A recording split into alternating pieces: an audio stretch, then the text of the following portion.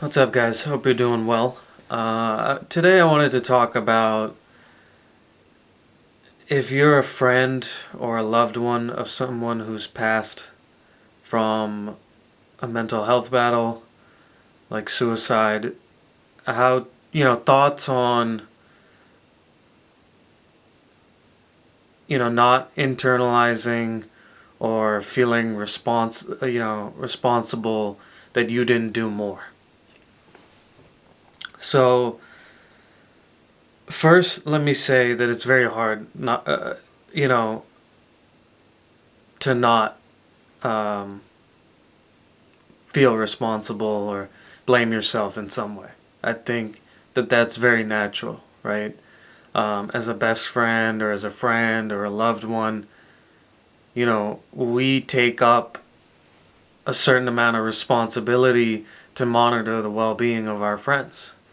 And to check in, um, on a consistent basis to, um, be there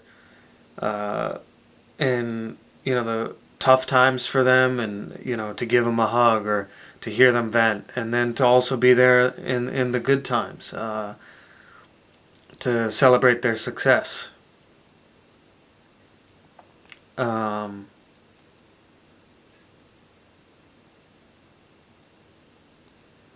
I know this might come off as controversial, but I think it's important that you understand that that's natural. That all of us, as friends, as loved ones, feel that way, about our friends or our loved ones. That's natural. Uh, Going into, my situations, for example, one of my friends who passed, I was texting him 3 months before he passed.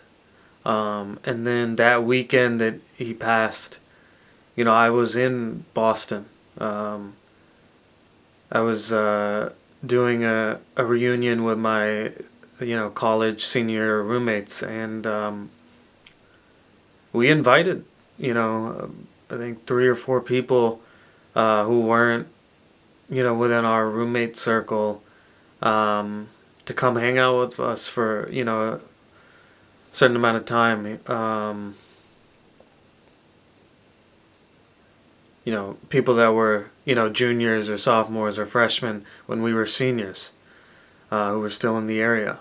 And, I can't help but think, why didn't I invite, you know, my friend? Um,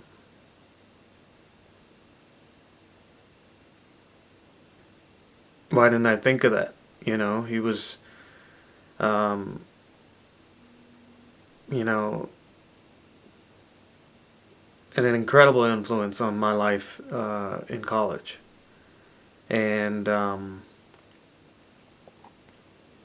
it's hard not to think about how things could have been different. You know, it's interesting to think because, the day he passed, I actually posted an Instagram picture of, all of us as roommates, at the hotel, and he liked it. And this is probably 8 hours before he passed. Um, and then with another friend of mine, I had been texting him 2 months before he passed. Um, our last, conversations were, we were checking in with each other, how we were doing, um, giving some book recommendations, and so yeah, I mean, it's just it's hard. It's hard not to, as a friend or a loved one, get it yourself into those headspaces, and I think acknowledging that and just giving yourself the ability to feel those feelings um, is appropriate for you to do. I would say the second thing, after that is remind yourself you only control what you can control, right? So you only control your actions and your communication skills. So, it, from your standpoint, as a friend or a loved one, there's only so much that you can do. There's only, you can just give them, I would recommend you maybe go and see a therapist once a month, or, also state, I'm here for you no matter what. And, sometimes I may not be able to empathize with your pain, but I'm, or understand it to the degree that you do, but I'll always be here. I'm just a text or call away. If you did those things, I mean, there's not much else that you can do. And I think that goes to my third point is, we as people that have lost loved ones or family members have to take a step back and remember the actions they took on that day that they passed. That's not them. That's, the voices in their head. That's something else telling them that life isn't worth it, or that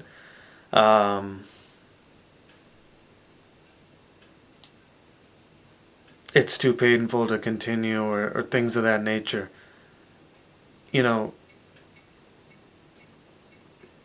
The actions that happened that day are not them. And you have to separate that. And you have to remember that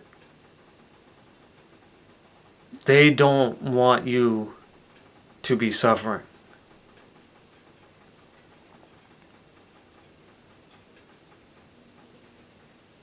If they could have it, they would want you to, just remember the love, the positivity, the smiles, the laughs, the good times, They don't want you.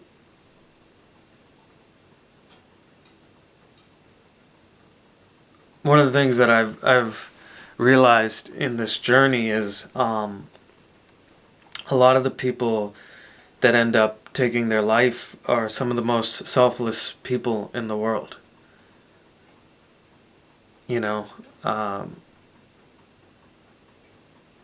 They are there for others before they take care of themselves. And often that ends up being, the ultimately the problem. But, you have to remember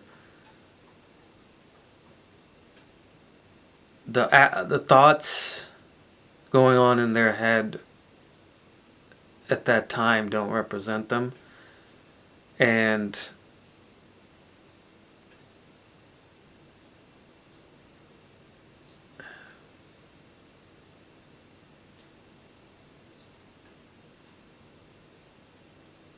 just, I think that they would want you to remember the positive.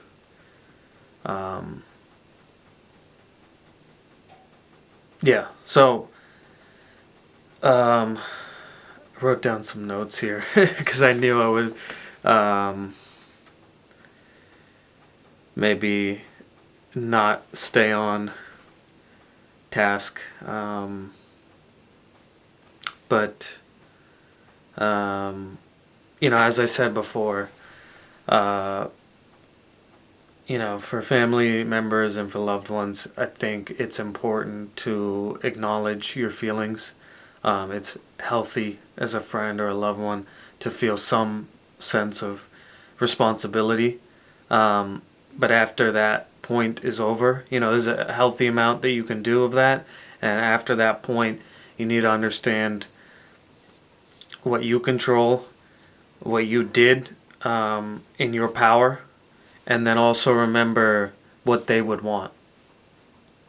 They don't want you to suffer. They don't want you to be sad. Their actions aren't a reflection of you.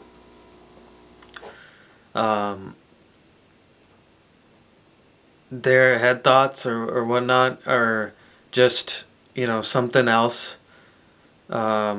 some other voices that um, told them, and so um, I think instead just continue to remember the good times, remember the impact they had on your life, and share their spirit with the world. That's what I would say.